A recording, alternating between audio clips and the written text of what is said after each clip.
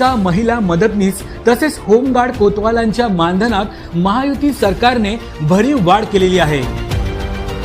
अंगणवाडी सेविकांना 15,000 रुपये तर अंगणवाडी मदतनीसांना 8,000 रुपये मानधन देण्याचा निर्णय सरकारने घेतला आहे।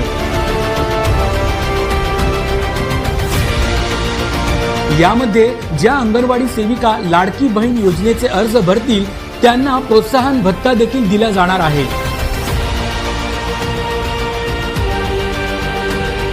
याकरिता राज्यभर विशेष 4,860 शिक्षकांच्या पदांची निर्मितीही केली जाणार आहे।